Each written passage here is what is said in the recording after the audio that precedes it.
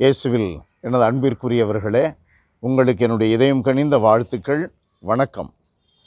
அன்பானவர்களே, நம்முடைய மீட்பரும் ஆண்டவருமான இயேசு கிறிஸ்து யூத மக்களுக்கு ஒரு புதிய பாடத்தை கற்றுத்தருகிறார். யூத மக்களுக்கு ஏற்கனவே இருந்த பாடம் என்ன என்றால், ஒவ்வொரு யூதனும் அடுத்த யூதனுக்கு அயலான். ஆகையினால் அந்த அயலானை நேசிக்க வேண்டும், ஆனால் சமாரியர்களை வெறுக்க வேண்டும். அது அவர்களுக்கு இருந்த பாடம். இணைச்சட்ட நூலிலே இந்த அயலான் அன்பை பற்றி 6வது அதிகாரம் அதில் 5வது வார்த்தையிலே பார்க்கிறோம், அயலானை அன்பு செய்ய வேண்டும் என்று.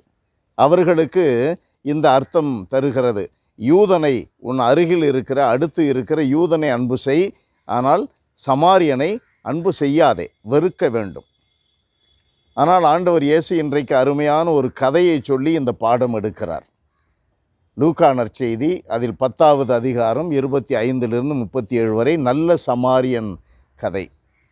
அந்த கதையில் வருகின்ற லேவி, குரு இவர்களெல்லாம் எருசலேமில் பலி செலுத்திவிட்டு ஜெபம் செய்துவிட்டு வழிபாட்டிற்கு பின்னர் இறங்கி வருகிறார்கள், எருசலேமை விட்டு வெளியே வருகிறார்கள். ஆனால் அங்கே என்ன நடக்கிறது? குற்றுயிராய் கிடக்கின்ற இந்த மனிதன் சமாரியன் என்று பார்த்த உடனேயே தப்பித்தோம் பிழைத்தோம் என்று ஓடுகிறார்கள். வழிபாடு அவர்களுக்கு வெறும் சடங்காகிவிட்டது. வழிபாட்டில் கடவுளை சந்தித்தது அவர்களுக்கு வெறும் ஃபார்மாலிட்டி, ரியாலிட்டி அல்ல. கடவுள் அங்கே ரியலாக அவர்களுக்கு இல்லை.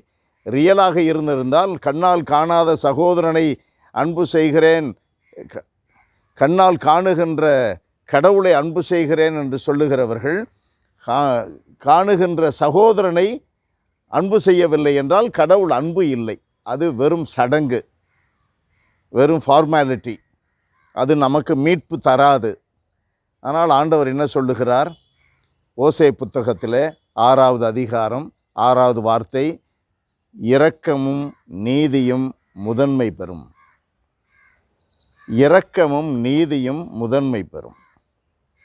அன்பானவர்களே, நம்முடைய வாழ்க்கையில் அயலான் என்பது இந்த இனத்தை சார்ந்தவன் அந்த இனத்தை சார்ந்தவன் என்றெல்லாம் பாகுபாடு படுத்தி பார்ப்பது அல்ல. எந்த மனிதன் அடுத்து இருக்கிறானோ அவன் நம்முடைய அயலான்.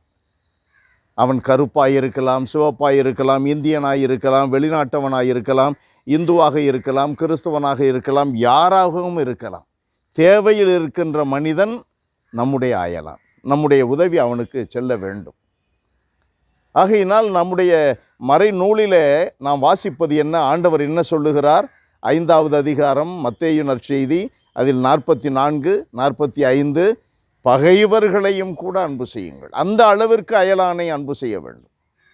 துன்புறுத்துவோருக்காக ஜெபியுங்கள். அந்த அளவிற்கு அயலானுக்கு நாம் ஆறுதலை அளிக்க வேண்டும், துணையாக இருக்க வேண்டும். அன்பிற்குரியவர்களே, நம்முடைய குடும்பங்களிலே உதவி தேவைப்படுகின்ற அயலார்கள் எத்தனை பேர் இருக்கிறார்கள்? குடும்பங்களிலேயே சிலரை வெறுத்து ஒதுக்குகிறோமே, குடும்பங்களிலேயே சிலரை ஏற்றுக்கொள்ளவில்லையே. நாம் பங்கெடுக்கின்ற திருப்பலி அது எந்த நல்ல பங்கையும் நமக்கு கொடுக்காது என்பதை ஏன் உணரவில்லை? நாம் ஜெபிக்கின்ற ஜெபமாலை நமக்கு எந்த விதத்திலும் வெற்றி தராது என்று ஏன் நாம் உணர்வதில்லை? அன்பு நிறைந்த எங்கள் கடவுளே, எங்களுக்கு நீர் கொடுக்கின்ற இந்த பாடத்திற்காக நன்றி செலுத்துகிறோம். மனித இயல்பின் பலவீனத்தினால் வெறுப்பு, பகைமை, ஒதுக்கி வைப்பது என்று நாங்கள் இயல்பாகவே அவ்வழியிலே சென்று கொண்டிருப்பதை நாங்கள் காணுகிறோம். ஆண்டவரே, தேவையில் இருப்பவர்கள் எந்த இனமோ, எந்த மொழியோ, என் நிறமோ, எப்படிப்பட்ட மனிதர்களோ, தேவையில் இருப்பவர்கள் எல்லாருக்கும் நாங்கள் அன்பு காட்ட வேண்டிய தேவையில் நாங்கள் இருக்கிறோம் என்பதை உணர்ந்து கொள்ளச் செய்தரணும். இயேசுவின் நாமத்தில் ஜெபிக்கிறோம் பிதாவே. ஆமென், ஆமென். அன்பே கடவுள் என்றார், அன்புக்கு ஈடேது சொல். அன்பே இன்பம் என்றார், அன்புக்கு விலையேது சொல்.